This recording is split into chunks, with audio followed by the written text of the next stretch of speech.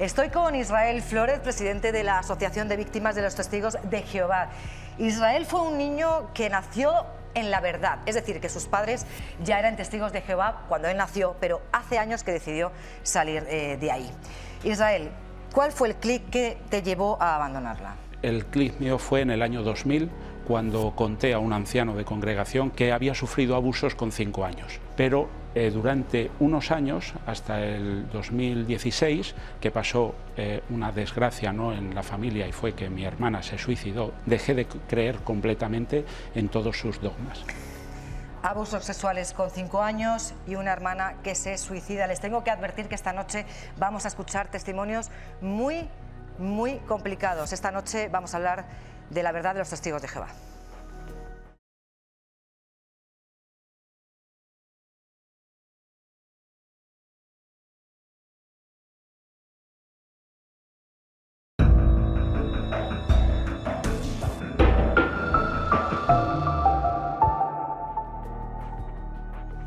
Hola, muy buenas noches a todos. ¿Les suena esta imagen?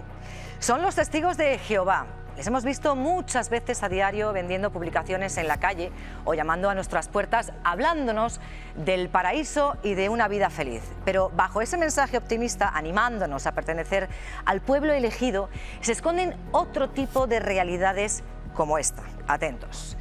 En Australia se ha condenado a la confesión de los testigos de Jehová por haber ocultado durante años más de 1000 abusos sexuales dentro de sus propios fieles. Y no ha sido fácil demostrarlo porque, según las normas internas de la confesión, para denunciar una violación es necesario presentar 2 testigos, algo que obviamente resulta muy difícil. Hoy, en exclusiva en este programa, tenemos las imágenes del juicio que sentó en el banquillo a la Asociación de Víctimas de los Testigos de Jehová, acusados de dañar el honor de la confesión religiosa.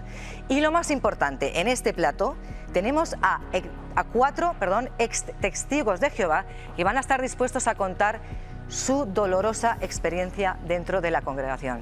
Hablábamos antes con Israel Flórez en ese avance. Buenas noches, Israel, de nuevo. Buenas noches.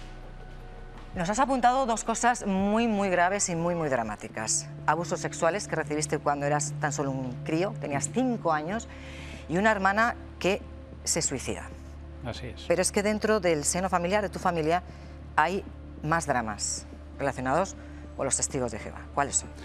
Pues en diciembre del año pasado, un hijo mío con 25 años se suicidó. También.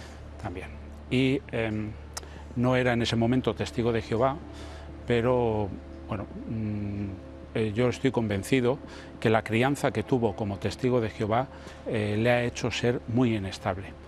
El hijo mayor, que cuenta ahora con 27 años, precisamente en el 29 de julio, también tuvo un intento de suicidio, tirándose por un puente, y bueno, gracias a Dios ha salvado la vida, pero ha quedado paralítico. ¿Cuántos hijos tienes, Israel? Pues 3 en total.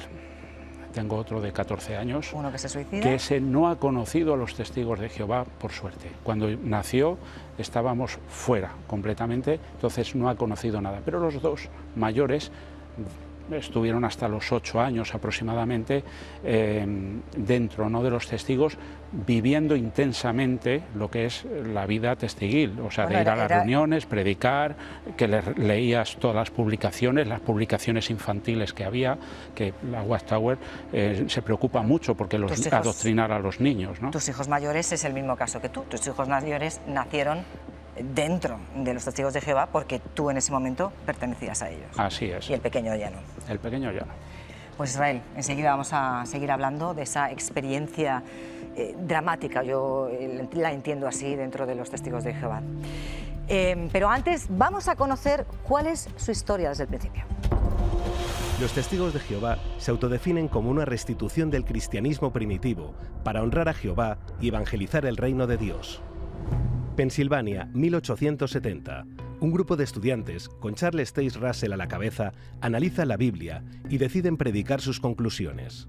9 años después, publica la primera Watchtower, o Torre Vigía, con sus conclusiones sobre el inminente fin del mundo en 1914. En 1931, tras la muerte de Russell, se fundan los Testigos de Jehová por Joseph Franklin Rutherford. La sede se ubica junto al puente de Brooklyn en Nueva York, donde estuvo hasta 2016. Este cambio de líder trae consigo preceptos como la prohibición de la celebración de la Navidad, algo que al menos hasta 1926 reunía a sus fieles, como acredita esta fotografía. También se abandona el símbolo de la cruz, porque sostienen que Jesús no fue crucificado, sino colgado de un solo palo. Los primeros que llegaron a España eran apenas una decena, pero crecen. A su llegada masiva a España en los años 70, su principal negocio es el editorial. Porque si, por ejemplo, si es 3 o 4 miembros, cada uno tiene que tener su ejemplar. Así que los mayores consumidores, en realidad, son los propios testigos. Si cada miembro de la familia compra su ejemplar, las tiradas podían ser millonarias. En 2006 consiguieron la declaración de religión de notorio arraigo, con lo que eso supone a la hora de acceder a subvenciones y beneficios fiscales. Su sede en España, Betel, se ha construido con voluntarios sin sueldo, como muchos de los salones del reino. En España la confesión dice que son unas 120.000 personas, bueno, son cifras que son un poco indemostrables. Lo que sí hay son unas 620 salones del reino, que son sus iglesias. Hoy, 140 años después, la Watchtower se ha trasladado a Warwick, a solo 85 kilómetros de la Quinta Avenida de Nueva York, desde donde vigila a sus fieles y sus inversiones multimillonarias. Como les decía, tengo a mi alrededor invitados que han vivido en primera persona dentro de la confesión de los testigos de Jehová, como es el caso de Soraya Nárez. Es una mujer que ha conseguido romper amarras, es autora del libro No somos parte del mundo, en el que describe ese camino de salida que no es nada fácil, pero tampoco imposible. Buenas noches. Buenas noches. Kiko Alcedo, periodista del Mundo, ha publicado los testimonios de estas personas que se consideran víctimas de esta confesión religiosa. También está conmigo Toñi Moreno, periodista y presentadora. Marilo Montero, periodista y presentadora también.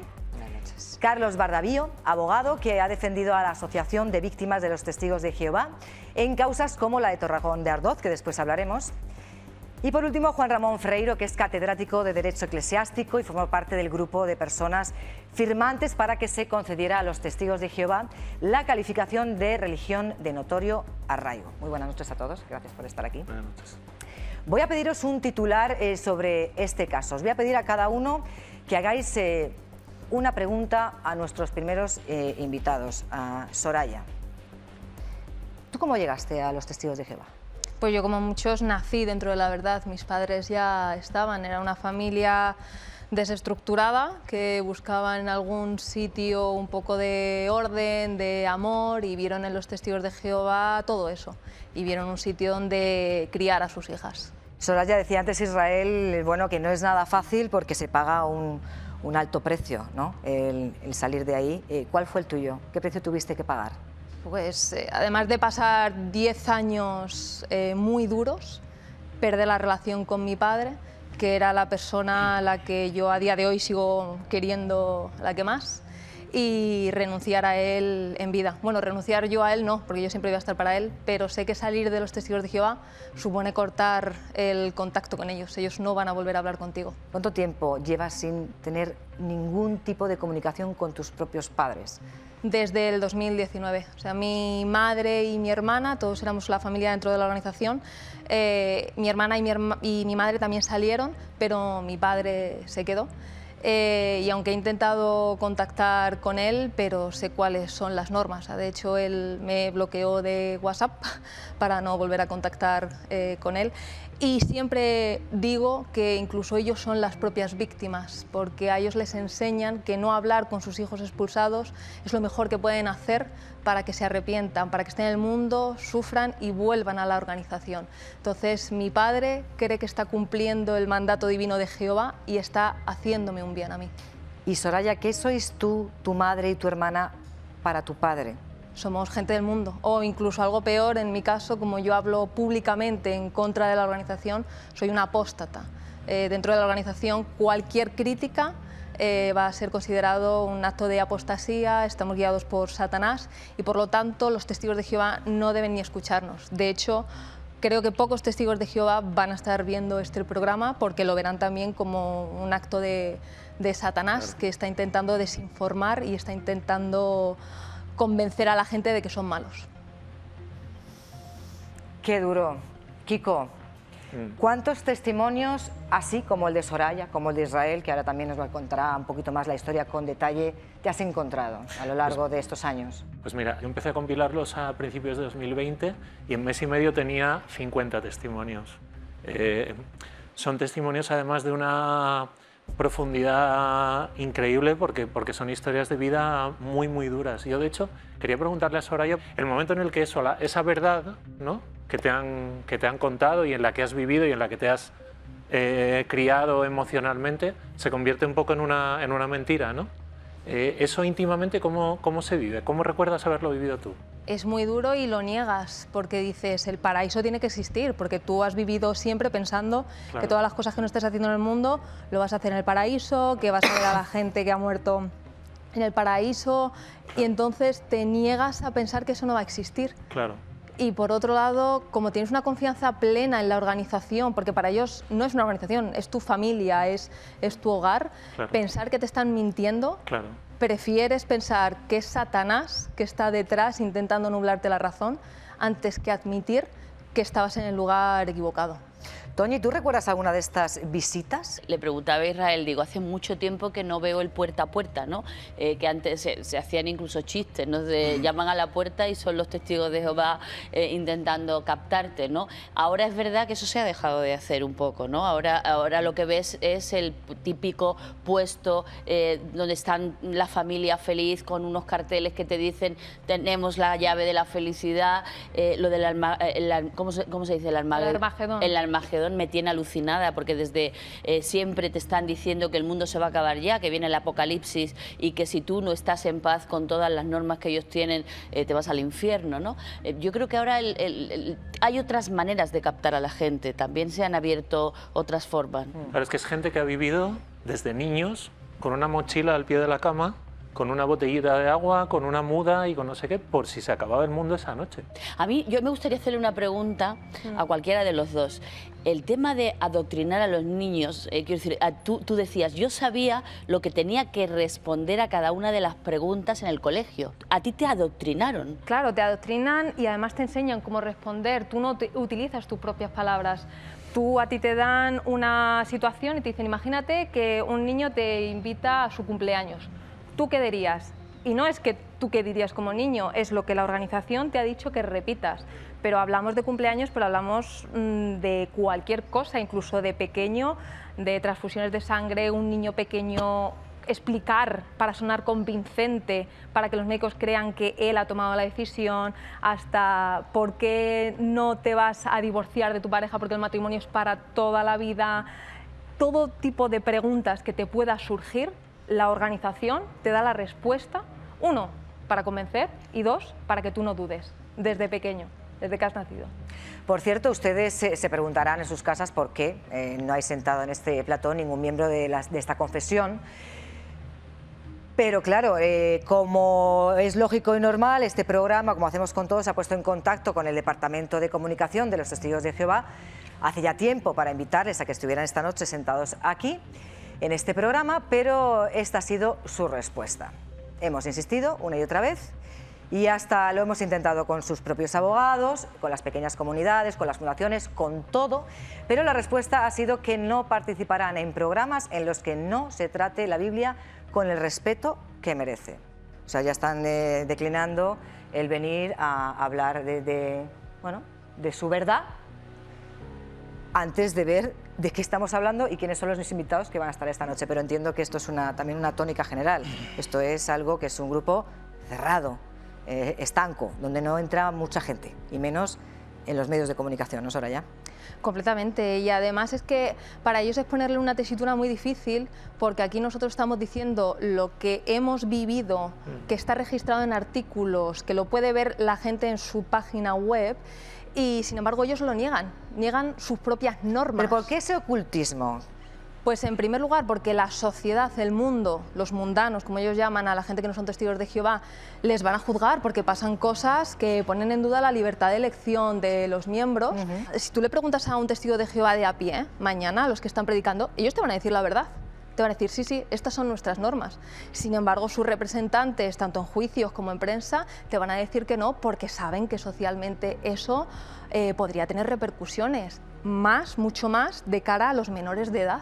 Bueno, quiero volver con Israel para profundizar un poquito más en ese capítulo tan delicado y tan oscuro y tan delictivo, por otro lado, que fue ese abuso sexual que recibiste cuando tan solo tenías 5 años. ¿Cómo es ese proceso? ¿En qué momento, siendo ya una persona adulta, recuerdas esos abusos dentro de la congregación y dices, esto lo tengo que denunciar? Pero claro, tienes que denunciar dentro. ¿A quién y cómo? Bueno, yo siempre he recordado el abuso que sufrí. Yo reaccioné queriendo que se hiciera justicia. ¿Qué injusticia? ¿Qué estaba pasando en ese momento, Israel? Vamos a ver, el reglamento de ellos, ¿vale? Lo que viene escrito en sus publicaciones es que si tú tienes algo con otro testigo de Jehová, lo tienes que hablar con él, y si no te escucha, pues tienes que acudir a los ancianos de la congregación. Entonces, si estamos hablando de un pecado, pues los ancianos incluso le harán un comité judicial. Claro, ya ahí estamos hablando de que esto es un delito. Claro. En ningún momento dicen las publicaciones de los años 40, 50, 60, 70, 80, o sea, nunca dice que vayamos a una comisaría, a un juzgado. No, sino que vayamos a los ancianos. Los primeros que se tienen que entender son los ancianos. Y cuando es un delito tan craso como el de abuso infantil, ellos se tienen, porque lo dicen su protocolo, los ancianos se tienen que poner en contacto con la sede nacional. ¿Pero que era parte del grupo gobernante? ¿Era anciano? No tenía cargo, era mayor que yo. A lo mejor no habría cumplido todavía la mayoría de edad, ¿vale? Yo no sé exactamente la edad que tiene. Y luego se fue, vivíamos en Madrid, y se fue a la parte de Gerona. Y yo no he tenido más contacto con él. Pero por referencia sé que está de anciano de congregación ahora mismo. Israel, vale. ¿Cuál es el siguiente proceso entonces? Esos abusos se producen cuando tenías 5 años, los ancianos se lo comunican a la sede central, y a partir de ahí, ¿cuál es el siguiente paso? Pues recibir respuesta. Entonces la respuesta fue que ellos no iban a hacer nada y que confiaran en Jehová. No lo podías denunciar ni en tribunales ni en ¿Podías ir a una comisaría? No. Y ellos no me dijeron que eso tenía fecha de caducidad, o sea, eso prescribía. Yo a los 26 años, si hubiera ido a una comisaría, el delito no estaba prescrito. Claro, cuando quise ir ya con 40 años, había prescrito. Eso no me lo dijeron tampoco, ¿me entiendes? O sea, te manipulan de tal forma que al final haces lo que ellos quieren. Y ahora, como presidente de la asociación Israel, cuando ha sucedido esto, te ha sucedido a ti, ¿de la justicia esperas algo? No, en mi caso no, porque es un delito que ha prescrito, pero lo que sí espero es que políticos no cambien estas leyes y de alguna forma la persuasión coercitiva pues sea un delito, ¿no? Y así que tengan controladas todo este tipo de religiones, que las tengan controladas desde sus cimientos. ¿Por eso ha creado esta asociación? Sí, esta asociación se ha creado sobre todo para poner en el público en general lo que no se conocía de los testigos, lo que estábamos sufriendo, porque cuando nos consideramos víctimas es por algo. La gente piensa que son buenas personas y de ahí no pasa, ¿me entiendes? El comentario. Estamos hablando de abusos sexuales a menores, están datados en sentencias en Australia, en Estrasburgo, han ocurrido casos en España. Estamos hablando de mujeres sumisas que tienen que obedecer al marido, que tienen que taparse la cara con un velo cuando bendicen con un rezo la comida, que no les recomiendan estudiar en la universidad porque se van a morir para que van a estudiar. Estamos hablando de que el matrimonio homosexual no se reconoce, que los homosexuales no existen, entre comillas, en esta comunidad.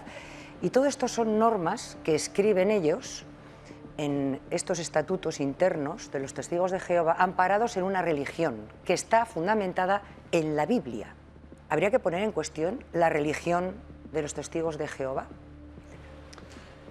Pues buena pregunta, porque nosotros nunca hemos atacado la ideología. Como asociación de víctimas, lo único que hemos es puesto en conocimiento, ¿vale?, lo que hemos vivido dentro y el sufrimiento que hemos tenido.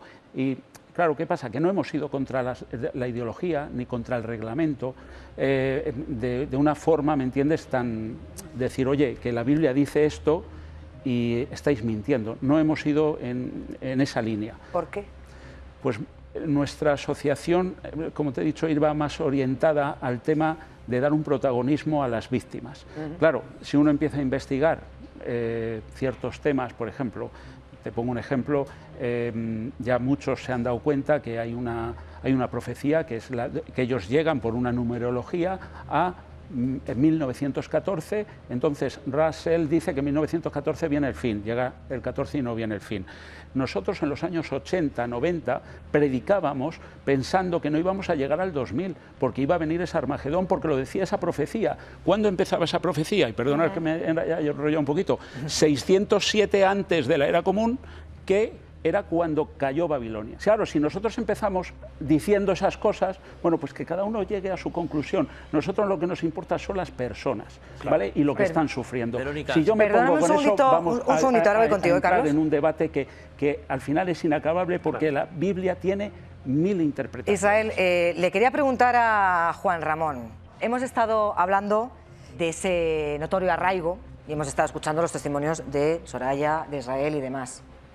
Escuchando los testimonios de ellos, ¿se explica este notorio arraigo de los testigos de Jehová? Sí, bueno, para que los oyentes se den cuenta, desde el punto de vista jurídico, en España hay 4 tipos, o podemos clasificar a las confesiones en 4 tipos, porque el Estado es confesional, no puede decir tú eres confesión, tú no lo eres. Entonces, hay confesiones, hay un registro de entidades religiosas en el Ministerio de Presidencia y de Justicia hoy.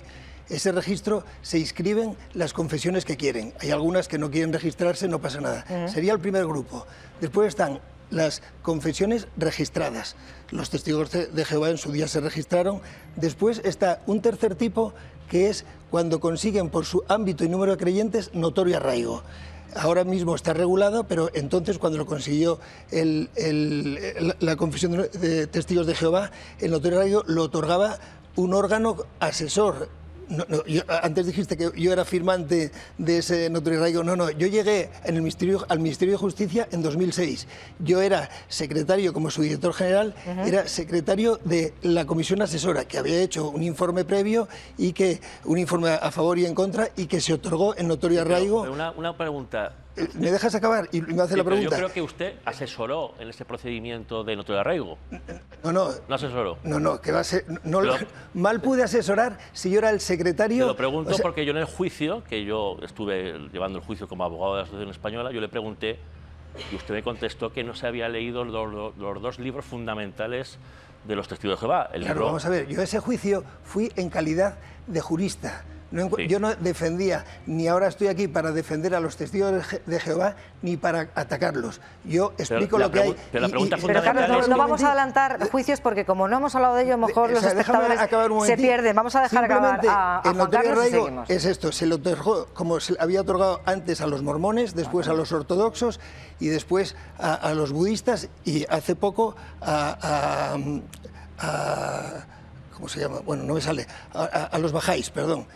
Bueno, pues la presentación es magnífica, pero hay una cosa que no es cierta. O sea, los beneficios fiscales que tienen las confesiones son aquellos que, teniendo notorio arraigo, han firmado acuerdos con el Estado, que solo son la Iglesia Católica, judíos, musulmanes y protestantes. Son los únicos que tienen beneficios fiscales. No pasa nada. Los de notorio arraigo pueden celebrar matrimonios, nos ha dicho, pero esas son las categorías. Ahora...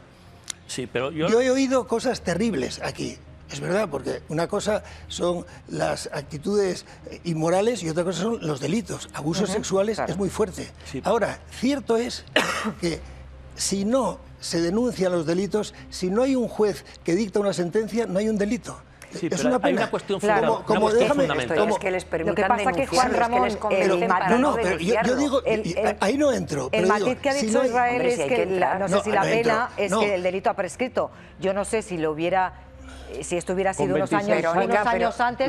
Israel, si estuviéramos en plazo, ¿lo hubieras denunciado a día de hoy? Sí. A día de hoy lo hubiera denunciado. Sí. Con 26 años no estaba prescrito y yo hubiera ganado seguro. Israel, pero permítame que diga una cosa. Hay que centrar también el debate en la cuestión de la sentencia que otorga veracidad a que los testigos de Jehová tienen un principio bíblico, el de la norma de los 2 testigos oculares, que es fundamental, por el cual no llegan a denunciar la mayoría de testigos norma de Jehová. De los testigos de Jehová, has Exacto, dicho. no es una norma del Estado. No es una normación ni una ley La libertad religiosa Juan te Ramón, ¿me dejas protege un Eso no lo momento? dice la Constitución, lo dicen Juan los Ramón, testigos de hay un Jehová. principio bíblico de los testigos de Jehová Sí.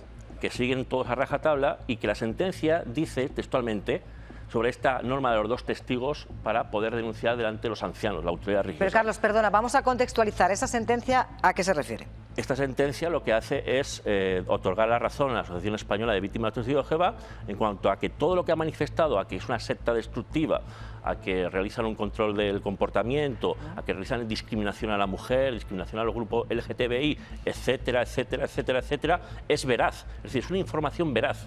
Porque la jueza viene a decir... No es así. Sí, no vulnera el honor. pero porque no es veraz. vulnera el honor. Porque es veraz. Dice la sentencia, pero la sentencia dice que es libertad vale. de expresión y aparte es una información veraz.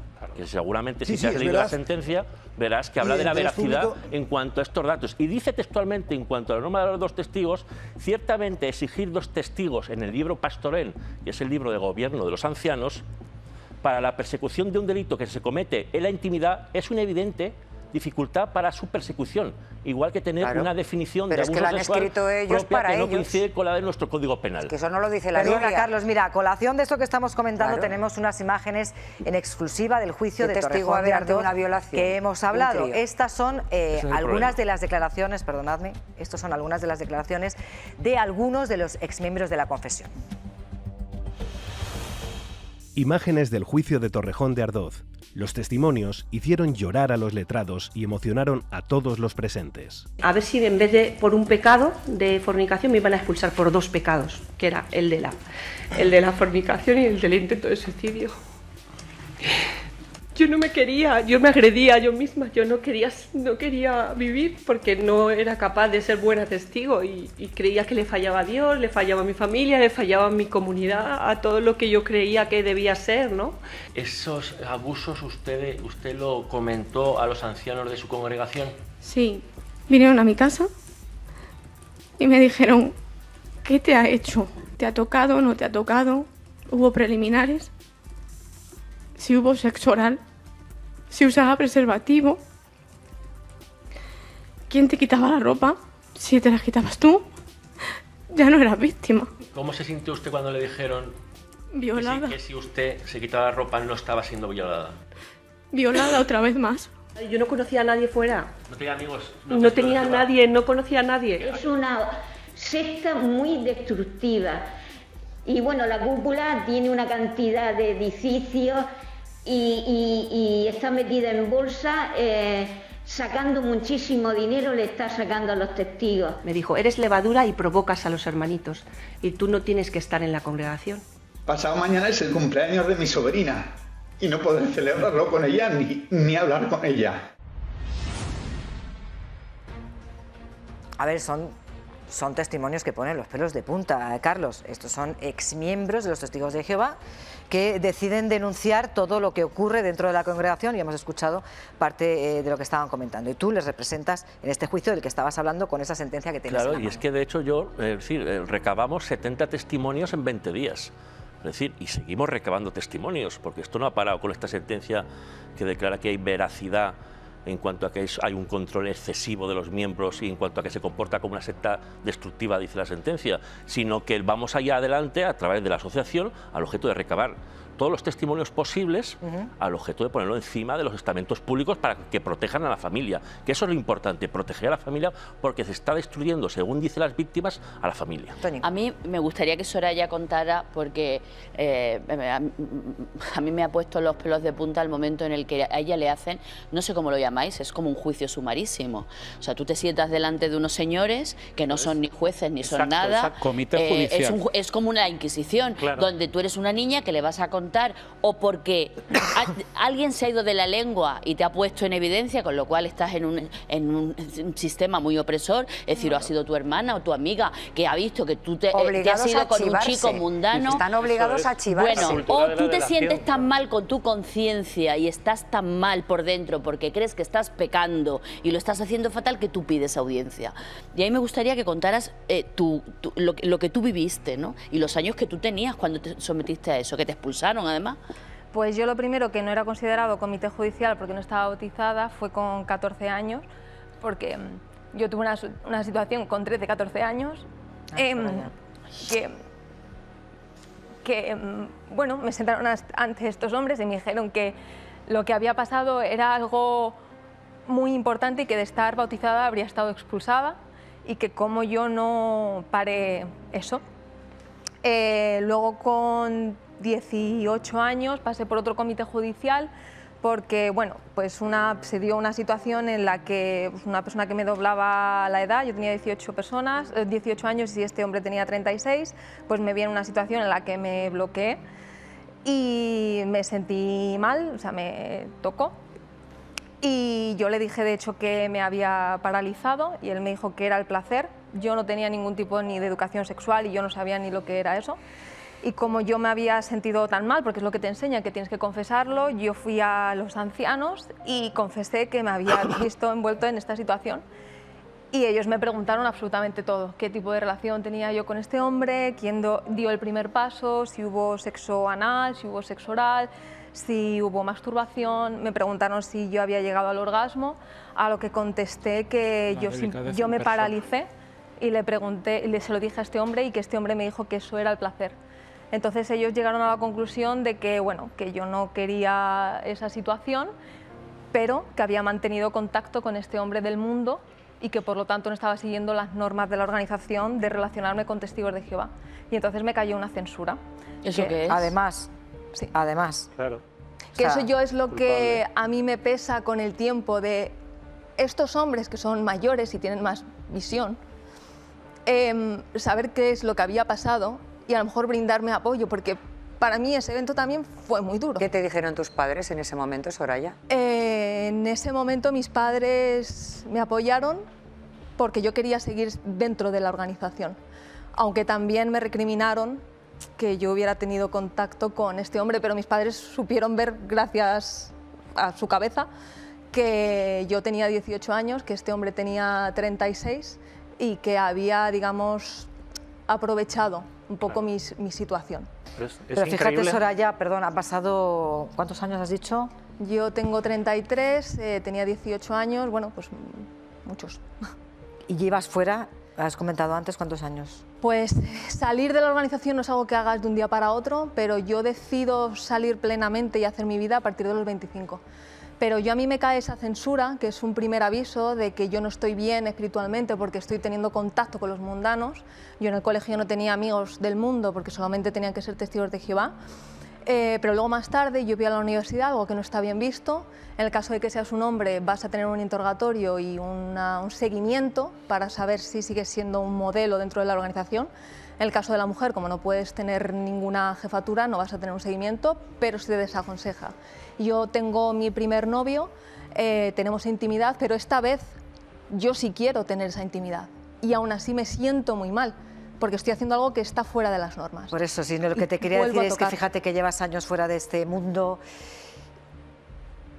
y se puede ver todavía ese sufrimiento en tus ojos. O sea, es algo que estáis contando de lo difícil que es salir, que aunque retomes, empieces una nueva vida, porque tienes que empezarla de cero, es tan complicado que supongo que es algo que te atormenta y te seguirá toda la vida. Y sobre todo lo que más duele es ver que niegan que eso pase.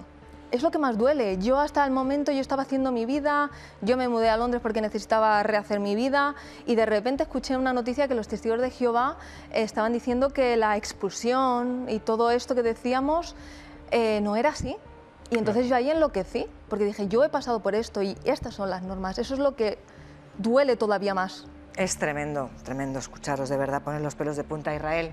gracias por estar aquí. Vamos a escuchar más testimonios de otras personas que han sufrido ese infierno y que nos pueden hacer entender lo que se vive dentro de esa confesión, pero será después de publicidad.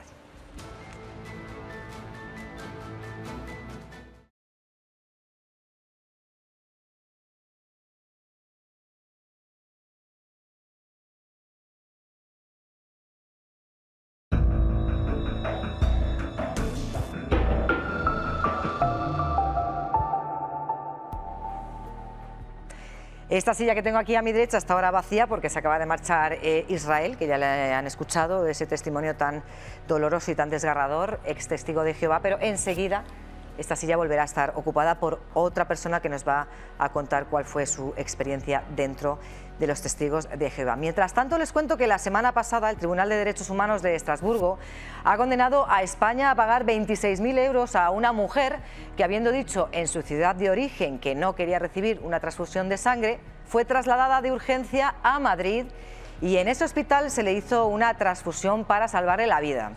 La confesión ha recurrido en nombre de esta mujer y la justicia les ha dado la razón.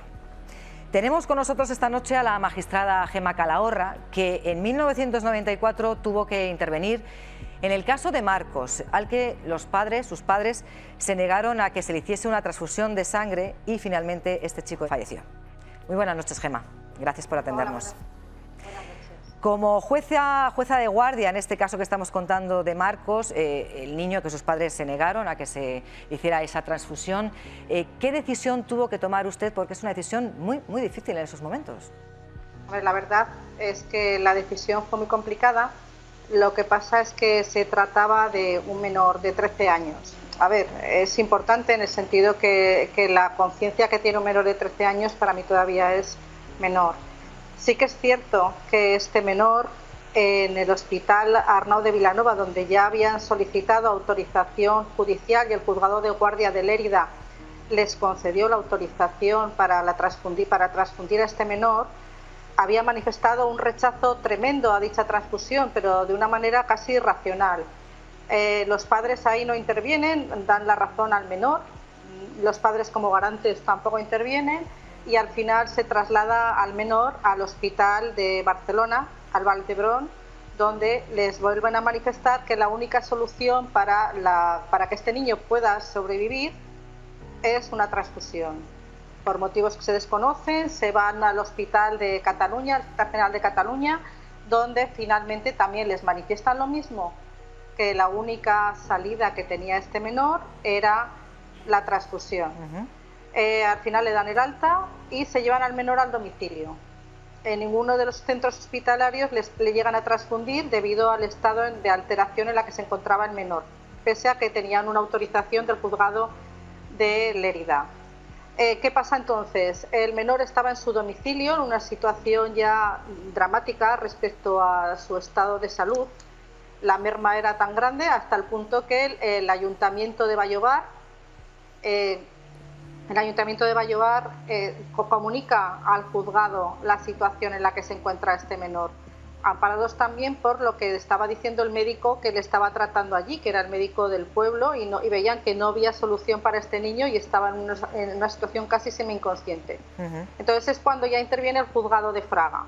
En el juzgado de Fraga se adopta, al estar en el domicilio, había que acordar que se había que autorizar que poder entrar al domicilio de la comisión judicial acompañada del médico forense para ver el estado real en que se estaba.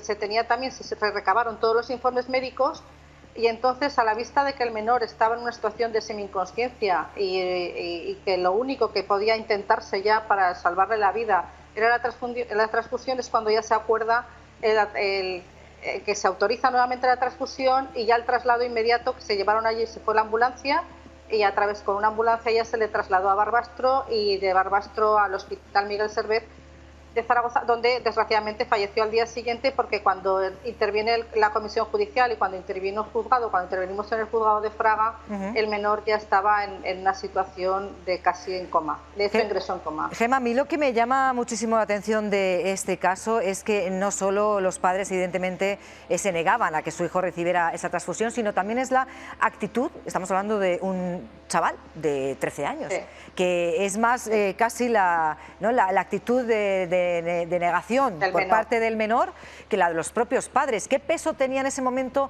esa actitud del chico, del adolescente, del hijo de esta familia? Cuando interviene el juzgado de Fraga, el menor estaba en una situación en la que ya su voluntad no tenía capacidad para decir nada. Estaba ya en situación de semi-inconsciencia, tenía una anemia. Lo triste de este asunto es que con un tratamiento, con una transfusión que se le hubiera podido poner al menor en su tiempo, en su momento, la posibilidad de supervivencia del menor a corto y medio plazo era muy elevada, prácticamente nunca se puede saber, ¿no? Pero era de un 90% según todos los informes médicos. Y a largo plazo pues también se podía haber conseguido salvar la vida de este niño. Gemma, le quería preguntar qué opina usted sobre la sentencia que acaba de hacer pública el Tribunal de Estrasburgo sobre lo que acabamos de comentar, ¿no? De esa indemnización a esa mujer que se negó a que le hicieran esa transfusión. Realmente, al final se hizo y esta mujer, no, la congregación en su nombre, bueno, pues denunció y ahora Estrasburgo le da la razón y le tienen que indemnizar. A ver, el caso, por lo que he estado informándome y viendo la sentencia, es totalmente distinto al que hemos hablado anteriormente, ¿vale? Aquí estamos hablando de una persona adulta, una persona que deja claro y que parece que deja claro su deseo de que no se le transfunda, de que no se le ponga ninguna transfusión ni ningún tratamiento con hemoderivados, y esa negativa la había dejado ya por escrito, parece, según consta en la sentencia. Que es un dato importante, el consentimiento informado que había dado, y es un dato importante que en el momento que ella lo presta sea consciente, y sea también de las consecuencias que puede tener que no va a recibir ese tratamiento. Si fuera una persona que no tiene ese nivel de conciencia que tenía esta señora, o en el caso de menores, para mí desde luego está claro que prima el derecho a la vida por encima de todo, es mi opinión. Pues magistrada Gemma Calahorra, muchísimas gracias por estar con nosotros esta noche. Una cosa. Sí, dime. Es que, a ver, yo cuando dicté la resolución estaba después sustituta, estaba después trabajando, pero actualmente soy abogada, entonces me gustaría aclarar esto para evitar problemas. Pues aclarado. Gracias, Gemma. Un saludo. Gracias. Soraya, ese es otro tema muy controvertido, creo que conocido por todos, el tema de las transfusiones de sangre. No aceptan bajo ningún concepto que se les haga ningún tipo de transfusión, aunque les cueste la vida. En tu caso, en tu familia, también tienes un caso parecido al que acabamos de escuchar, ¿no? Sí, mi hermana sufrió un accidente con un autobús y mi hermana, como lo tenía ensayado, entró en el hospital diciendo no quiero sangre, no quiero sangre. Es que eso es lo que me ha llamado la atención de la actitud que comentaba Gemma sobre ese niño, sobre esa actitud contra los médicos, gritando, quitándose las sondas y diciendo que bajo ningún concepto le hacían ningún tipo de transfusión. Pueden ser expulsados. Ese es el tema central. Claro, es que para mí el tema central libertad... es que se les ha dicho que si transfunden va a recibir sangre de los mundanos que somos nosotros y que tenemos sangre de Satanás. No, pero independientemente, o sea, no se puede aceptar ninguna sangre porque es el símbolo de vida. Pero lo que quiero decir aquí es que obviamente de nadie. ¿Entre ellos mismos, entre vosotros nada, tampoco? Nada, bueno, ni comer morcilla, porque lleva sangre, tampoco. De hecho, lo primero que preguntamos cuando salimos de los testigos de Jehová a otro ex testigo de Jehová es ¿comes morcilla, sí o no? La mayoría no lo seguimos comiendo porque estamos traumatizados. Y la carne, por ejemplo, la carne... Muy hecha. Muy hecha, claro. No, pero el caso es que, obviamente, un adulto que decide un tratamiento, independientemente de que sean razones religiosas o porque él lo quiera, yo lo entiendo, es un adulto. Sin embargo, es libre, está eligiendo libremente, porque dentro de la organización de los testigos de Jehová, si aceptas sangre, tendrás también un interrogatorio y en el caso de decir no me arrepiento, serás expulsado. O sea, digamos que te amenazan con que si te sales de las normas establecidas serás expulsado, y la expulsión significa la muerte social. Soraya, un anuncio, una pregunta. Sí. Claro, no podéis recibir sangre por todo lo que has explicado, pero según la teoría de los testigos de Jehová, vuestra sangre es distinta a la nuestra, que somos los mundanos. ¿Vosotros podéis donar sangre? No, pero para nosotros otros que no sean testigos la de Jehová? sangre es la misma. O sea, para ellos la sangre viene por dos textos bíblicos, que es santa, es símbolo de vida, que me parece bastante gracioso que el símbolo sea mucho mayor que lo que representa, que el símbolo sea mayor que la vida. pero es simplemente por 2 textos bíblicos. En mi opinión es para controlar a los de dentro, porque si eres capaz de dejar morir a tu hijo, eres capaz de seguir a la organización. Y si eres capaz de enseñarle a tus hijos en sus propias revistas, yo cuando escribí mi libro puse todas las referencias de todos los artículos de Testigos de Jehová para que todo el mundo pudiera leerlo directamente. Y leo textualmente: ¿será capaz su hijo de tomar una decisión madura? Nuevo Ministerio del 2005, proteja a sus hijos del uso indebido de la sangre. Nuestro Ministerio del Reino, 1992. Y la última revista que tenían ellos, Jóvenes con poder que es más allá de lo normal, Despertad, del 22 de mayo de 1994, donde relataban un montón de experiencias de niños de 10, 12, 15 años que exponían todas las razones de por qué no querían sangre, murieron y cómo ellos eran un símbolo que había que imitar. Y eso te lo enseñan desde que eres un niño en la congregación. Soraya, desde esta parte del mundo, de verdad, es de locos. O sea, todo lo que contáis... A ver, Verónica, es que a mí me recuerda mucho a los talibanes. Absolutamente. Hombre, si o la época medieval. Estamos hablando de tribunales talibanes que te juzgan, que te destierran, que te, no sé, que hay abusos sexuales de por medio, abuelo. O sea, es una cosa la mujer anulada, los muy niños loca. violados y Kiko, te no, quería los preguntar a ti, homosexuales no después de haber también hablado con tanta gente como Soraya, no sé si la parte también más dura de todo esto, una vez que se consigue salir, el que consigue salir y se arma de valor y de fuerza, es el destierro social. Claro. No eres nadie. Tú sales de ahí y no eres nadie. Claro, la muerte social. La muerte social ellos la narran como una travesía por el desierto, porque es de pronto con 35, 30, 25 años, ¿quién eres, de no? pronto salir a vivir a un lugar en el que además te han dicho durante toda tu vida que es muy peligroso y por eso estás en esa burbuja metido y has estado en esa burbuja, pero de pronto tienes que salir ahí a ese lugar que te han dicho que da muchísimo miedo. No conoces a nadie, absolutamente a nadie, eso es lo que lo narran todos. En todas estas historias hay muchos elementos comunes que son prácticamente fotocopiados, pero luego los matices de cada uno, de cada historia, son increíbles. ¿Hay síndrome de Estocolmo? ¿Hay casos en los que la gente sale al exterior, sale a esa vida que no conoce y se halla tan desubicado que dice, mira, prefiero malo conocido que bueno por conocer? Lo hay absolutamente, y de hecho es muy interesante, Soraya lo ha apuntado antes, ese tiempo, ese periodo de tiempo en el que no quieren salir de ninguna manera, pero su mente les está diciendo, esto es una movida que no te puedes creer, no te la puedes creer, o sea, no te puedes creer esto porque no es verdad. Sin embargo, la realidad es que ellos quieren seguir, luchan por seguir dentro, aunque sufren situaciones de discriminación, situaciones de todo tipo, pero es una lucha para mantenerse dentro de una cárcel. Kiko, que vamos ahí, Soraya, que también lo habrás vivido y lo ha contado antes de alguna forma Israel, pero los testimonios que os han contado los familiares de los que se han suicidado, porque uno de los argumentos que aparece reiteradamente en las testificales de las sentencias que estamos manejando para esta noche, se suicidaron porque era insoportable vivir. Pero estaban solos. ¿Qué os decían las personas con las que habéis conocido? ¿Por qué se han suicidado sus familiares?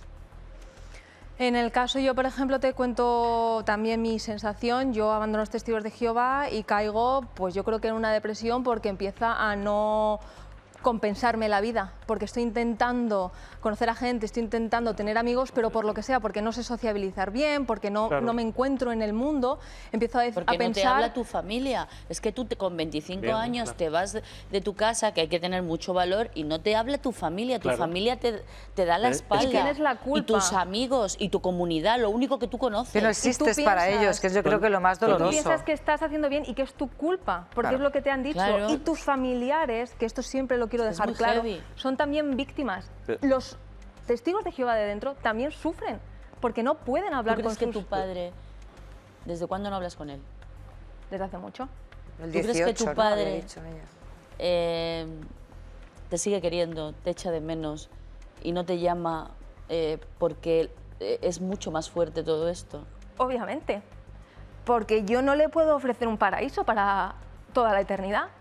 Yo no le puedo ofrecer lo que la organización le ha prometido. De hecho, yo sé que hay muchos familiares que quieren hablar con sus hijos y han caído en depresiones, pero les han prometido que todo ese sufrimiento Dios se lo va a recompensar en el nuevo paraíso, que aguanten. Toñi, ¿sabes lo duro de esto que le he dicho antes a Soraya? Es que teniendo un padre vivo, a día de hoy, mientras él no salga de ahí, le tiene que dar por muerto. Es así de duro. Es que la Atalaya Pero del ella 2011... no habla mal del padre nunca.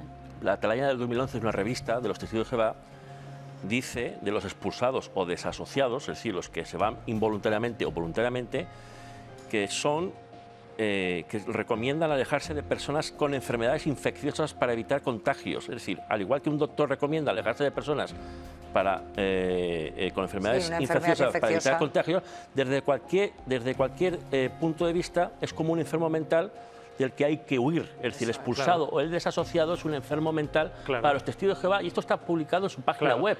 Y luego la organización, como estas personas salen y sufren depresión y sufren problemas y no saben socializar, y entonces se pierden durante mucho tiempo, la organización también puede utilizar eso para decir, veis, esta gente sale y veis dónde están, veis lo que les está pasando, ¿no? Muy duro, porque tenemos aquí a personas que nos están contando lo que es vivir dentro de un infierno, tal cual.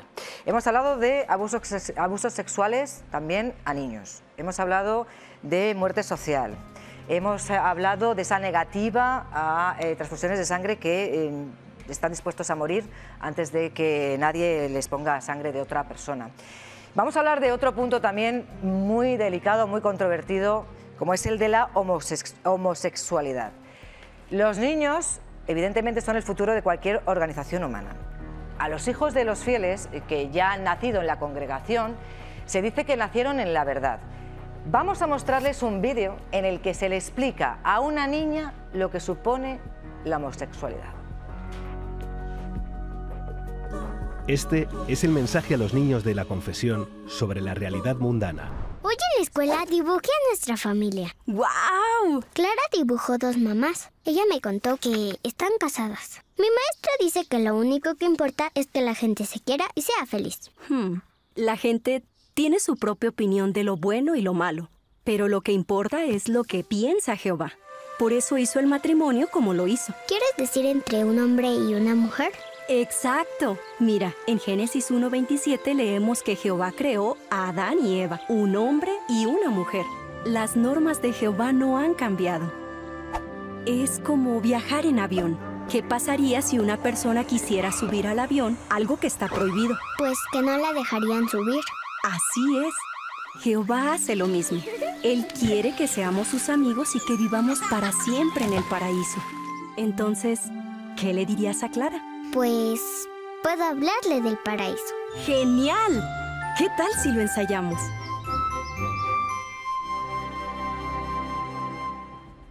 Increíble. Vamos a comentar este vídeo, pero va a ser después de la publicidad.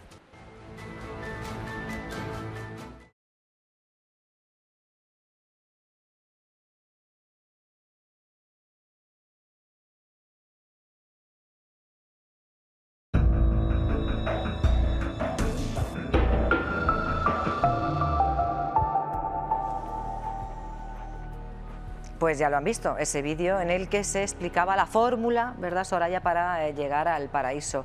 ¿Qué tratamiento reciben los homosexuales dentro de la congregación? Pues si tú preguntas a un testigo de Jehová, te dirá que los homosexuales son bien recibidos, pero una vez dentro te dirán que los homosexuales sí, pero no las prácticas homosexuales. Es decir, tú puedes ser homosexual, pero no tener pareja, no desarrollar tu vida sexual, etc. La homosexualidad es un pecado. Y ellos no lo aceptan ni lo aceptarán. Y te enseñan que es algo, como hemos visto en el vídeo, con el que no puedas pasar al paraíso. De todas maneras, Juan Ramón, lo que hemos visto en ese vídeo no dista mucho tampoco de otras religiones cristianas, del mensaje hacia los homosexuales. Yo creo que una cosa es la homofobia, que eso es un delito, es la incitación al odio, y otra cosa es la libertad de cada uno que tiene de conducir su vida sexual. Si uno se mete en un grupo, en una religión que rechaza la homosexualidad, oye, la libertad religiosa es el derecho a entrar y el derecho a salir. Con lo cual, ahí, digamos, eso yo no lo veo delictivo. Lo que sí es delictivo es el delito de odio. O sea, incitar al odio a un grupo por su sexualidad. Pero, y una pregunta, pero la propia religión católica... Mira, la pregunta, o sea, esto es así, simplemente es que como dame un catedrático. segundo, simplemente por concluir con esto. que esto me parece interesante, porque los testigos de Jehová tienen esa interpretación falsa de la Biblia, porque se inventan las cosas, y es inamovible. En cambio, la religión católica, teniendo también esos preceptos, sí es más flexible. Hay un debate, pues se pueden casar dentro de la Iglesia, el Papa lo dijo, ¿quién soy yo para juzgarlo? Y por lo menos se les está invitando a esa flexibilización y aceptación, por supuesto. Yo te digo, yo soy homosexual, tengo una niña, y que tienen que también madre acogerse soltera, a las leyes yo he civiles. bautizado a mi hija delante de la Virgen del Rocío. Yo creo que yo soy cristiana, creyente, y me gustaría cambiar todo eso que no me gusta de mi religión desde dentro. Soy crítica desde dentro, pero nadie me ha dicho nadie me ha expulsado. Exactamente. Ha habido algún cura que no le ha apetecido darme el sacramento, pues me he buscado a otro que me lo ha dado. Aquí la problemática que existe en cuanto a incitación, posible incitación al odio, es que se comunica constantemente dentro de los testigos de Jehová que si tienes prácticas homosexuales se te expulsa. Por lo tanto, ¿eso puede incitar odio? Pues habrá que pensarlo. Claro. Ahora que lo conocemos. Claro. Es decir, y además la expulsión causa el ostracismo y la destrucción de la familia, porque tus amigos y familiares no te hablan por ser y por practicar la homosexualidad. Y lo que decía Toña, además de que la religión católica, cristianos y demás, para los testigos de Jehová, eso es un ejemplo de cómo se está hundiendo la religión, porque los testigos de Jehová llaman a toda religión que no sea los testigos de Jehová, Babilonia la Grande, la ramera, la religión que va a ser destruida. Pero ¿cuántos homosexuales no habrá dentro de los testigos de Jehová? Y se callan la boca teniendo 16, 17 años después de bautizados. ¿Y cuántos sacerdotes y cuántos curas? Sí, pero el problema son las consecuencias que tiene. Bueno, en cualquier caso les he dicho que íbamos a tener a más invitados, a más testimonios esta noche con nosotros. Me acompaña Enrique Carmona, que empezó a predicar con solo 4 añitos, pero hizo su carrera universitaria cuando salió de la confesión, porque además esto de estudiar, ¿verdad, Enrique? Pues es parte de esas costumbres mundanas. Muy buenas noches. Buenas noches. Creo que querías hablar, matizar algo sobre el tema del notorio arraigo. Bueno, el tema del notorio arraigo es una titulación, como ha dicho el catedrático, que se adquiere automáticamente en el momento que consigue una serie de requisitos que pone el Estado, ¿no? Pero si se hubieran leído los libros de los testigos de Jehová, hubieran descubierto, como ha dicho Soraya hace un minuto, que los testigos de Jehová mencionan a la Iglesia Católica como la ramera. Tú le dices a un católico, tú es que eres de la ramera. El católico no se ofende. En estas publicaciones yo tengo fotografías en las que se ve el Papa Juan XXIII, censurado por los testigos de Jehová, se ven fotos del Vaticano y se ven pues todo lo que debería de haber hecho el Estado, haber visto el Estado antes de haberle dado no solo el notorio arraigo, pero además sino la aprobación de religión. La aprobación de la religión, exactamente, pero luego también es muy curioso la financiación, es decir, ¿cómo se financia? Hemos hablado antes, había un testimonio que decía que era a través de las publicaciones. Hay más o menos que se pueda calcular 8 millones de testigos de Jehová en el mundo y cada uno tiene que tener mínimo 3 libros. Claro, eso podía abastecer económicamente a los testigos de Jehová, pero es que ahora las revistas ya no se publican porque ha llegado la digitalización. No, y sobre todo, ¿de qué se Marilo, financian los cuentas testigos? son transparentes. Bueno, vamos a partir de un poco de historia. Tengo aquí en estas publicaciones el valor de las revistas en la época de la peseta, en los años 80. Es decir, la Watchtower cobraba a los publicadores que salían a predicar una cantidad ya en el propio Salón del Reino donde él retiraba la literatura. Yo he sido siervo ministerial de literatura en mi congregación por 2 años y me costó la pasta, porque no me cuadraban nunca los números y al final... Oye, una pregunta, era el que responsable. me queda con una cosa. Con 4 años ya estabas predicando. ¿Cuántas horas tenías que predicar? No, eso era una cosa libre, que además era en época franquista y teníamos que predicar en puertas aisladas, porque si hacía una continuidad, rápidamente venían lo que llamaban los grises en aquella época y te cogían. Entonces yo salía con mi tía o con mi madre un rato y la predicación que hacíamos era la de un niño de esa edad, que es, mire, aquí está mi tita o mi mamá, que le va a decir un mensaje importante, ¿no? Y ya está, ¿no? Entonces, sobre el tema de la financiación, un testigo de Jehová no tiene 3 libros, ¿qué va? Podría tener tranquilamente 200 libros. Porque además no compran publicaciones ajenas, externas a los testigos, están obligados a comprar esos libros. Obviamente están... ¿Y tanto dinero dan los libros como para ser... ¿Pero cuánto dinero pueden tener los testigos de Jehová? La Watchtower, por ejemplo. Es que vamos a seguir en esas películas, si no te importa, es que si no me pierdo.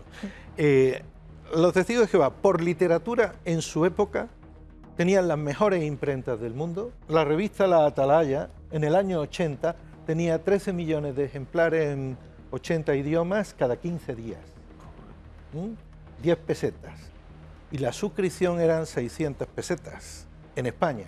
Y tengo en esa misma revista, en la contraportada, dice el valor en Costa Rica, en Estados Unidos, en Francia, en Alemania, que ya te publicitaba directamente el dinero que podía valerte la publicación. Pero perdona, Enrique, es que además se me ha olvidado preguntarle antes a Israel, y si no, tenemos aquí a Soraya.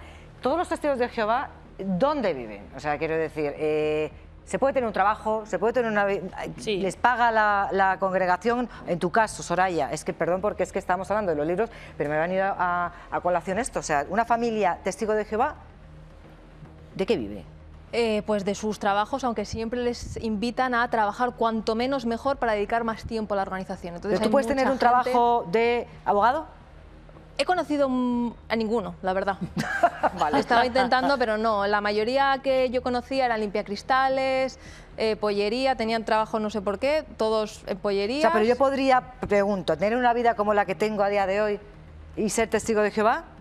Como presentadora. Si te sacas la carrera cuando estás expulsada. ¿Cómo? Cuando estás expulsada, te puedes sacar la carrera y luego vuelves. No, pero hay no, ciertos pero me refiero trabajos... que cómo está jerarquizado, porque al final estamos hablando de los testigos de Jehová, pero no sé cómo se financian, si tienes un sueldo, si no tienes un sueldo, de qué vives, si te lo pagan todo. No, trabajas gratis para la organización. Tú tienes tu vida, tú tienes tu trabajo y tú tienes contribuciones voluntarias que te pide la organización. ¿Y tus bienes son de ellos? No, salvo que tú los dejes para la organización. ¿Prohíben los testigos de Jehová los estudios superiores? La palabra prohíben no es la adecuada. Los desaconsejan de tal manera como aconsejan no ponerte sangre, que no quieren ni pasar por la puerta de la facultad. ¿Serías un mal testigo de Jehová? Sí, perfectamente. Yo he tenido... ¿Serías un mal testigo de Jehová si lo realizaran? No, de hecho, en el libro Pastor en el Rebaño, si eres un hombre y se enteran que estás estudiando una carrera, los ancianos tienen que hablar contigo para saber si sigues siendo un ejemplo, porque estudiar una carrera es sinónimo de no ser ejemplo. Y en su página web dicen que estudiar una carrera es una opción de cada uno, pero es como meterte en el mar lleno de tiburones. Y encuentras a amigos pocos porque ahí está la malas tentación. compañías. ¿Por qué? Porque te están estudian. enseñando Lo cosas malo. que no son del mundo y que Jehová ya proveerá, que si tú pones toda tu energía, todas tus horas de predicación a la organización, trabajas. Jehová te va a proveer. Enrique, ¿a qué años te sacaste tú la carrera? ¿Cuándo pudiste? Yo empecé a los 60 años. ¿A los? A los 60. A los 60. Sí. Nunca Y es tarde, ahora explico, perdón. Yo quería poner el ejemplo del caso de mi hija que apareció en el juicio. A mi hija la pusieron como ejemplo en el juicio de una mujer que había estudiado una carrera, que sabía 5 idiomas, que tenía 2 máster y algo más. Mi hija hizo la carrera porque su padre la presionó a que hiciera la carrera y estaba expulsada. Wow. Y el abogado, que era testigo de Jehová, que hizo esa afirmación, no lo sabía. Wow. Y tuve que acercarme al abogado y decirle, señor letrado, esto ha pasado de esta manera. Ah, no lo sabía. Sí, entre ellos engañan. Bueno, precisamente antes hemos escuchado a ex testigos de Jehová en ese juicio de Torrejón de Ardoz, pero es que también hubo declaraciones de los testigos de Jehová defendiendo su experiencia en la congregación. Como no queremos dar una visión sesgada de la realidad, vamos a ofrecerles alguna de ellas. Escuchen. Yo le quería preguntar si es cierto que los testigos de Jehová prohíben o adoctrinan, ¿no?, a sus miembros para que no cursen estudios universitarios. Si eso fuera cierto, ni mi marido podría ser ingeniero, ni yo podría haber estudiado la carrera y los posgrados que hice. Eso no es verdad. ¿Fue expulsado usted de la congregación? Sí, fui expulsado. ¿Puede explicar por qué motivo? Porque la verdad es que padecía de ludopatía. Usted se enfrentó a un comité judicial. ¿Puede explicar brevemente cuál fue el trato que le dispensó? El trato siempre fue exquisito, para poder decirlo de alguna manera, y no tengo ninguna queja ni nada parecido. Y como mujer, ¿cómo definiría usted su papel dentro de la confesión? Pues yo me siento más a gusto que en ningún sitio como mujer, porque es verdad que hay hombres y mujeres, ¿no? Ambos, pero yo me siento igual que un hombre en cuanto a dignidad, ¿no? En cuanto a valor que se le da. ¿Tiene constancia, tiene conocimiento de que en la congregación, en la confesión, se anime a los miembros a aguantar malos tratos, no denunciar? Pues por supuesto que no. Bueno, Enrique Carmona, muchísimas gracias por habernos acompañado. Ha sido breve pero intenso, pero nos has resumido perfectamente cómo funciona la financiación de los testigos de Jehová. Tenemos, por cierto, pendiente también el testimonio de Lari, una mujer que ha sabido levantarse tras los empujones literales, digo, literales de la vida. Va a ser en tan solo unos segundos.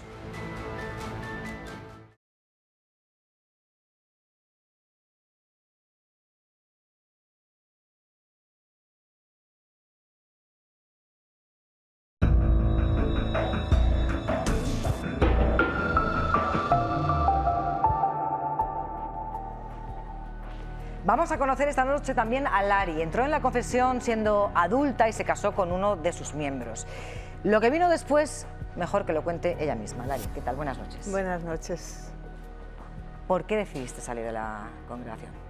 A mí no me gustaba mucho. Yo la verdad es que soy poco religiosa o nada. De hecho, me considero atea o agnóstica. Y yo decidí salir de la congregación porque era mucho el adoctrinamiento, mucho lo que había que hacer. Yo ya tenía 3 niños. Y para mí era un agobio tremendo, tremendo porque tienes que prepararlos, tienes que estudiar la Biblia, tienes que ir a predicar, tienes que ir a las reuniones, es toda tu vida metida en eso. Pues Lari, para no ser una persona muy religiosa, eso te tuvo que impactar desde el primer minuto, ¿no? Bueno, yo es que siempre fui, pues me dejaba llevar, digamos. Entonces yo estaba con mi hermana y lo que ella quería era mayor que yo, pues donde ella me llevaba. Pero claro, llega un momento en que de joven, pues muy bien, tienes un grupo allí con los que sales, con los que... Es tu grupo, tu mundillo, pero te casas y ya todo es así, así, así, dices, mira, a mí esto no me gusta y decido pues que no vuelvo más. Y estuve pues 20 años sin ir a nada, como llamaban... Inactiva, o sea, sin hacer nada. Una vez que conseguiste salir, porque ya no podías más... No, pero ahí no salí. No, digo, después, con el tiempo. Sí. ¿Tú has sufrido lo que hemos estado comentando toda la noche de esa muerte social? ¿Sabes algo de tus hijos? ¿Sabes algo de tu marido? No sé si marido, exmarido, no sé en qué situación No, estáis. es mi exmarido. Al año de separarnos se echó una novia y al siguiente ya se casó, entonces ya él hace su vida. A mí eso no me importa. Mis hijos pues se hicieron, o sea, ya eran grandes y entonces ya no me invitaron a sus bodas. Solo fui a la del mayor porque todavía estaba dentro, pero los otros 2 ya no me invitaron a sus bodas. Ya los nietos, tengo 6, no me los dejaban ver, tuve que ir a un juicio para que me dieran, para poderlos ver. ¿Reclamaste a la justicia para ver a ti? Claro, y me dieron la razón, pero claro, por circunstancias, por las cosas que dijo mi hijo allí en el juicio, yo me eché para atrás para decir, quieta, porque es que dijo que a lo mejor yo le podía hacer algo a los niños. ¿Pero tus hijos siguen siendo testigos de Jehová? Sí, todos. Pero tú, por orden judicial, puedes ver a día de hoy a tus nietos. Pero no me los dejan ver. ¿No cumplen la orden? No cumplen la orden, pero yo no seguí insistiendo porque si mis nietos se caen, porque los he sacado yo de paseo, y se caen y se hacen una brecha, vienen y me dicen que los he tirado yo. Entonces, prefiero, los veo por allí porque ya van siendo grandecitos, ya el mayor tiene 12 años, y bueno, todos son así seguidos, 12, 10, 11, así todos seguidos. ¿Has tenido, Lari, algún episodio violento con alguno de tus hijos? Sí, porque yo quería ver los niños a toda costa y entonces me dijeron que de ninguna manera... ¿Qué pasó? Pues es muy duro contarlo. Ay. Pues quise entrar en la casa a la fuerza a verlos porque llegó un momento en que, bueno, había una situación muy difícil, pero yo quería seguir viéndolos. Entonces vivían en una casa que tenía yo y dije, pues hoy entro a verlos. Y entonces, claro, pues mi hijo no quería, y llegó un momento pues, que me agredió, me puso las manos al cuello contra la pared y le dije, pues mátame, estoy en tus manos. Mi hijo es una torre muy grande, es un hombre muy grandón, y yo en aquel entonces había adelgazado, estaba así, y le dije, mátame, estoy en tus manos, y me agarró, pum, y me tiró por las escaleras. Entonces, claro, tienes una serie de perdón. No, no te preocupes, Lari. De acontecimientos que no son normales. La religión tiene que ser de amor y de perdón. Sí, señora. En el momento que hay odio, en el momento que te dicen no y no y no, mi hijo el pequeño me dijo, mientras no vuelvas con Jehová, para mí no eres nada, nadie. Ese es el tema. Mi hija me dijo, yo ya no soy parte de su familia. Ese es el tema, claro. Entonces, ¿qué hacemos? Pero Lari, si el culto dice que ellos dicen que eso es mentira, que ellos no dicen... Mira, yo fui a la psicóloga y me dijo, escribe estas cosas que no te vayas tú a luego tener una enfermedad. Y cogí y escribí este libro, que no lo he publicado porque solo se lo dejo a amigos que lo lean porque tienen los nombres de ellos y tal y cual. Adiós mamá, lo he titulado. Madre mía. El adiós a toda una vida. Por Dios. Y Lari, Lari, ¿puedes una mujer, explicar no que- quería preguntarle, Sí. perdóname Carlos, una mujer que estamos viendo ese sufrimiento de tu propia familia, como un hijo te tira por las escaleras, ¿tú de dónde sacas las fuerzas para no sentirte culpable? Porque no eres culpable de nada. Sí, yo me sentía culpable. Pero por no eso. lo eres, Lari. Por eso fui a la Por eso, psicóloga. ¿de dónde sacas tú las fuerzas a día de hoy para poder sobrellevar esta situación Pues mira, y sobre todo ejercer tu derecho, que lo tienes, de abuela, para ver a tus nietos? En Pues esta mira, situación tan complicada. Yo, afortunadamente, suelo ser bastante fuerte en el sentido... Bueno, yo también pensé en el suicidio, pero luego dije, quieta, eso no. Entonces yo me busqué una organización allí en Salamanca de gente sola, de gente de esto, entonces hacíamos ya excursiones y tal y cual. Y yo, bueno, pues digamos que tenía amistades. Y yo no sabía de la asociación hasta que vi a Soraya, que me llamaron compañeras del trabajo, porque en mi trabajo yo me pasaba el día llorando. Perdón, es que me emociono. Me pasaba el día llorando y ellas me ayudaban. Y cuando salió Soraya en la tele, me llamaron por teléfono. Oye, hay una chica que está contando todo lo que a ti te pasa, lo que tú eso. Entonces la vi que tenía el libro y le pedí comprarlo y dije, ¿dónde está esta asociación? Busqué y inmediatamente llamé a Enrique y le dije, quiero ser de la asociación y quiero hacer todo lo que haya que hacer para que esta secta, porque yo la voy a llamar secta, perdonen si me van a denunciar, para mí es una secta porque me hace mucho daño, mucho. ¿Te lo sigue haciendo? Hombre, a mis hijos los veo porque tenemos una casa en el pueblo, pasan por delante, yo afortunadamente, pues como soy fuerte, pues dije, pues se quedaron ellos con la mayoría de las cosas y yo me hice una casa sola yo y pasan por delante y los veo y a veces cuando andan para allí los niños cojo mi cámara pum, pum, pum, y los grabo. Claro. Lari, ¿cómo, si eres capaz de, con un adjetivo, con una sola palabra, de describirnos cuál fue tu paso por los testigos de Jehová, qué dirías? Que no entre nadie. Yo cuando entré era todo muy bonito porque nadie te dice, pues eso, yo pensé cuando quiera me salgo, cuando quiera entro, cuando quiera voy, cuando quiera vengo. A mí, yo no me había enterado que cuando yo dijera adiós a los testigos, mira, yo hice una carta de renuncia porque no me gustaba y bueno, por circunstancias que surgieron así tal y cual, decidí hacer una carta de renuncia. ¿Sabes lo que me dijo? Me llamó el anciano, lo que me dijo, lo primero que me dijo, que sepas que nadie te va a volver a hablar. Bueno, pues yo pensaba, fíjate todos los millones de personas que hay por el mundo y yo no hablo con ellas. ¿Y ha sido así? Qué graciosa. ¿Ha sido así? Claro, pero no, es digo, que ¿la gente te ha dejado de hablar, Lari? No, afortunadamente tengo muchísimos amigos que ¿Hay me vida aprecian. más allá de los testigos de Jehová? Mucha más. ¿Qué vida? Mucha más. ¿Qué vida hay fuera? Pues todo, porque ahora soy libre. Ahora si quieres algo, si quiero entro, si quiero, pues no sé, alguien que me, no sé, a lo mejor alguien que tú imagínate que el Dalai Lama, y digo, uy, pues eso me gusta. Pues me voy allí. La libertad de elección. Es que quiero libertad de elección. Lo que yo no sabía era que mis hijos fueran los que me dejaran de hablar. Eso no, nunca lo pensé, porque yo era su madre, yo era allí todo para ellos. Es que yo era todo para ellos.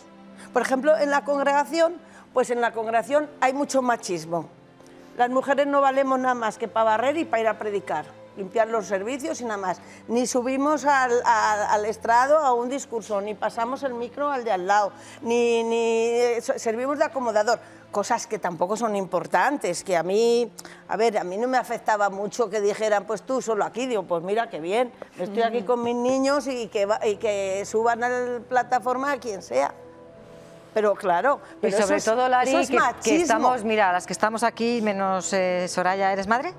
No. No, las que estamos aquí, el resto sí lo somos, y yo creo que es muy injusto que unos hijos traten a una madre así, que renuncien de ti, que no te hablen, que te nieguen esas visitas a sus hijos, porque una madre, bueno, a ser que seas el diablo personificado, una madre hace todo por sus hijos y no merece ninguna madre, y menos tú, es que yo hasta entonces que tengas este trato. No había hablado tampoco en contra de ellos. Porque sobre todo, además, quitarte esa culpa, que yo creo que muchos de vosotros, quizá cuando salís de ahí, hay algo que decís, bueno, podía haber hecho algo, podía haber cambiado algo y las cosas se hubieran cambiado, pero son circunstancias de las que no sois culpables. Mira, aquí tengo una carta que, bueno, he ido escribiendo mi vida, una carta que les escribí a mis 3 hijos a los 3 años, porque ahora ya yo me salí en el año 12.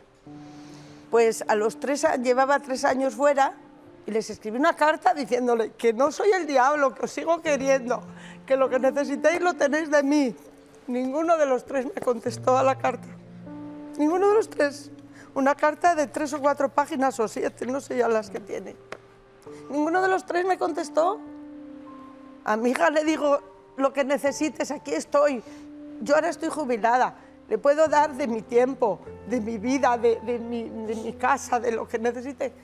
¿Sabe lo que me dijo? Que yo ya no era parte de su familia. Lari, nos hemos quedado sin tiempo, de verdad, tenemos, creo, todos el corazón encogido, y si me lo permites, mira, me voy a permitir una licencia, que es mandarles un mensaje a tus hijos. Mándaselo. Si nos estáis viendo, estamos sin palabras en este plató. Y si alguna vez reconsideráis vuestra actitud, vuestra postura, aquí tenéis una madre que os quiere, una madre que lo ha dado todo por vosotros, independientemente de la religión y vuestras creencias y demás. Así que, Lari, ¿me dejas darte un abrazo? Ya que sí, tus claro. hijos no te lo dan. Ven para acá. Gracias por estar aquí. Qué duro. Muy duro, sí. Bueno, nos hemos quedado sin tiempo. Gracias por estar con nosotros hasta aquí en La Verdad de los Testigos de Jehová. Nos vemos la semana que viene.